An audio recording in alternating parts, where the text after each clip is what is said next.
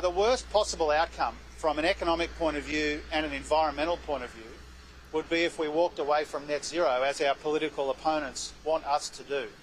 Now, the Liberal Party is run now by this weird collection of cookers and crackpots. Jim Chalmers is practically calling anyone on the right cookers and crackpots. That's insult politics. It's weak and it's pathetic. And if you're going to talk down to anyone who disagrees with your stance on net zero, then don't be shocked when people like me talk back. Well, you, my friend, you're an absolute moron, and the wording you're using is deliberate. I see through you. And the people behind you making the calls, telling you to use that language, you just didn't wing it. I know this is a setup. I know you've got PR teams, psychologists, spin doctors behind you. I know you test words, I know you test phrases, and I know that triggers the public. This isn't debatable, it's manipulation, and you're using it. And here's the danger in it, right? You call people cookers and crackpots, you just don't insult them, you put them in danger. And you dehumanize them. And once you dehumanize someone, the brakes come off. It makes it easier for your followers to justify threats, harassment, and intimidation. Think about it. If ministers come out and say climate change will take lives, and people believe it with everything they've got, and then when I stand up and question the narrative, I'm not just disagreeing with them, I'm actually threatening their future, because you have labeled me a cooker and a crackpot, and now I'm seen as a threat to their survival. That puts me, my family, and people around me in danger. This is how politicians play the game, and this is how it works. They know their words push panic and division. That's government manipulation 101. They want the divide, they want critics gone, and their wording proves it. And Jim, don't throw stones in a glass house, mate. You're the treasurer of Australia. You oversee finances. And under you, we're moving from 900 billion in debt to 1.3, 1.2 trillion by 2029. On your watch, you are terrible at your job. If we were in the real world, you would be sacked. And through your incompetency, it's our kids who are going to pay the price. Higher interest rates, fewer opportunities, and less freedom. So while you sell net zero to us, you are actually burying the future of this country. And why? Because you don't want to upset the billionaire donors who are pulling the strings. You're not managing growth, you're managing a decline. And you're actually stretching it out so it doesn't look like it's your fault. Well, guess what, mate? I see you for who you are, and you're pathetic. And I'm not scared. Call me a cooker. It doesn't change the fact that we ship off more fossil fuels than we actually burn in this country. You know, if we reach our net zero targets, it'll only drop global emissions by 1%. That makes no difference. And we're destroying our natural resource sector and energy sector for that? That's where we're going as a country? So the politicians, I want someone to answer this question clearly. Are you Australian, or are you with China, India, the UN, the WEF, the WHO, the big banks, and the global elites? Because too many of you have already shown where your loyalties actually lie. For me, it's Australia first until I die. And if you try and silence that through your words and your rhetoric, millions of Australians will rise in my place. Because this nation doesn't just belong to the politicians,